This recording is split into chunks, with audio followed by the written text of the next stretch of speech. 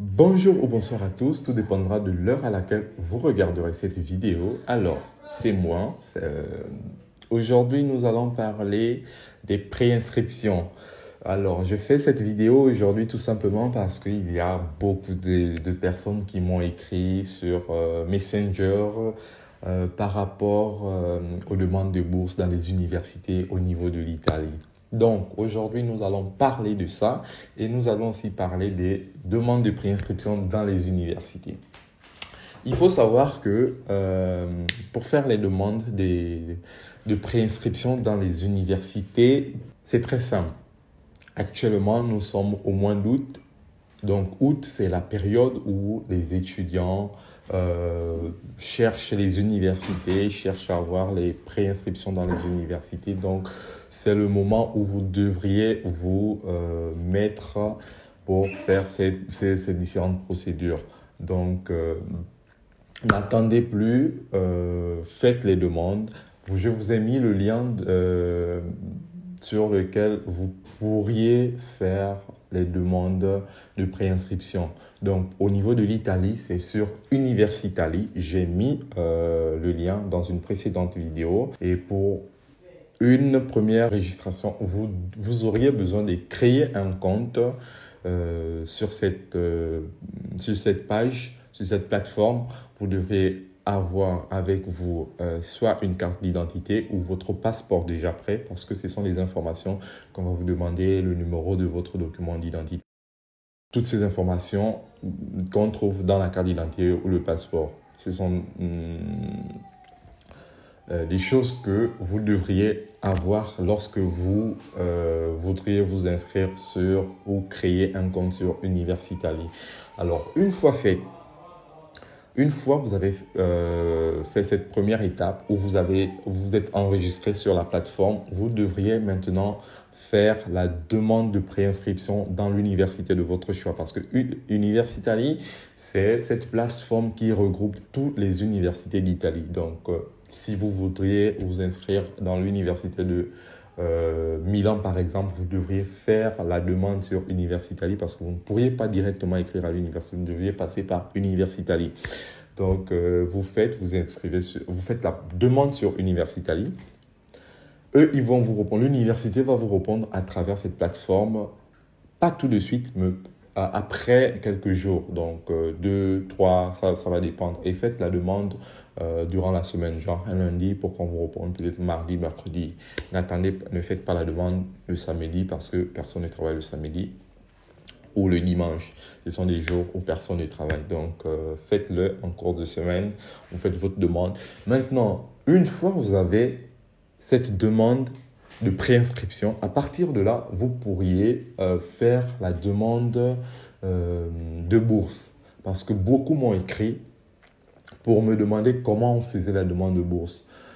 Et comme je disais tantôt, vous ne pouvez pas faire la demande de bourse si vous n'avez pas une préinscription ou une inscription au préalable. Donc, vous devriez avoir d'abord une préinscription, une inscription dans une université et ensuite faire la demande de bourse pour l'université dont vous avez choisi. Donc, vous faites la demande de bourse, c'est la période, tout le mois d'août là, c'est pour faire la demande de bourse, les demandes de préinscription. Donc, dépêchez-vous parce qu'il y a les dates limites aussi. Donc, si vous laissez passer ce mois d'août là, vous ne pourriez plus faire. Donc, mettez-vous et voilà. Maintenant,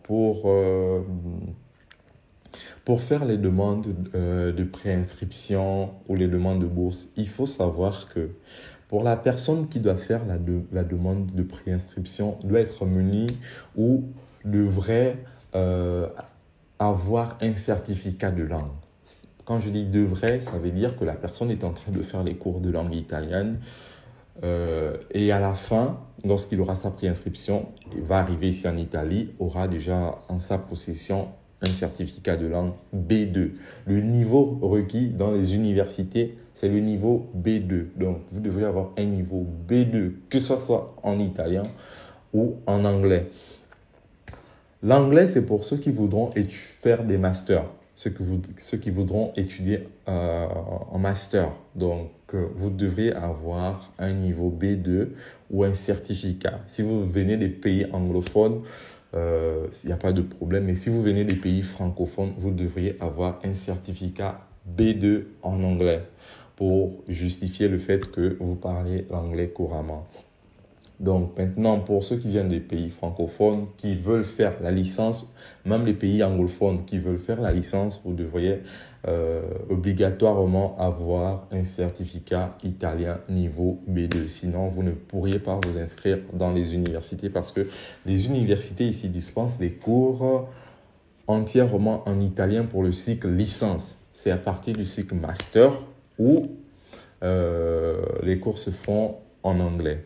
Mais pour le cycle licence, c'est tout simplement en italien. Donc, le certificat de langue italien, le certificat de langue anglais pour ceux qui voudront faire un master. Donc, c'était ça. C'était cette vidéo que je voulais faire. C'était cette petite information que je voulais vous donner pour ce soir parce qu'il y a beaucoup de gens, ces derniers jours, ces derniers temps, je me suis écrit avec beaucoup de personnes qui venaient un peu de plusieurs pays d'Afrique, Côte d'Ivoire, Sénégal, Madagascar, Congo, Gabon également, Guinée et d'autres, Tunisie également, mais voilà, Maroc. Ouais, ce sont ces pays-là qui m'ont écrit ces derniers jours. Beaucoup d'étudiants m'ont posé des questions, comment on fait les demandes de bourse. Donc, j'espère que pour ces étudiants, j'ai été disponible et j'ai répondu à leurs préoccupations.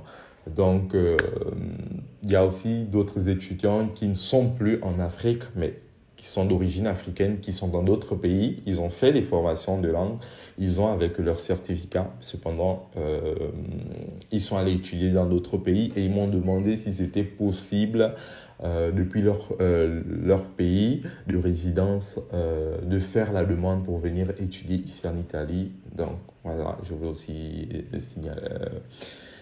Poser ça et voilà, j'ai répondu et on se dit à très bientôt pour une prochaine vidéo où on va parler des documents qu'il faut pour faire la demande de visa ou de moins pour une prochaine vidéo. Donc on se dit à très bientôt et bye.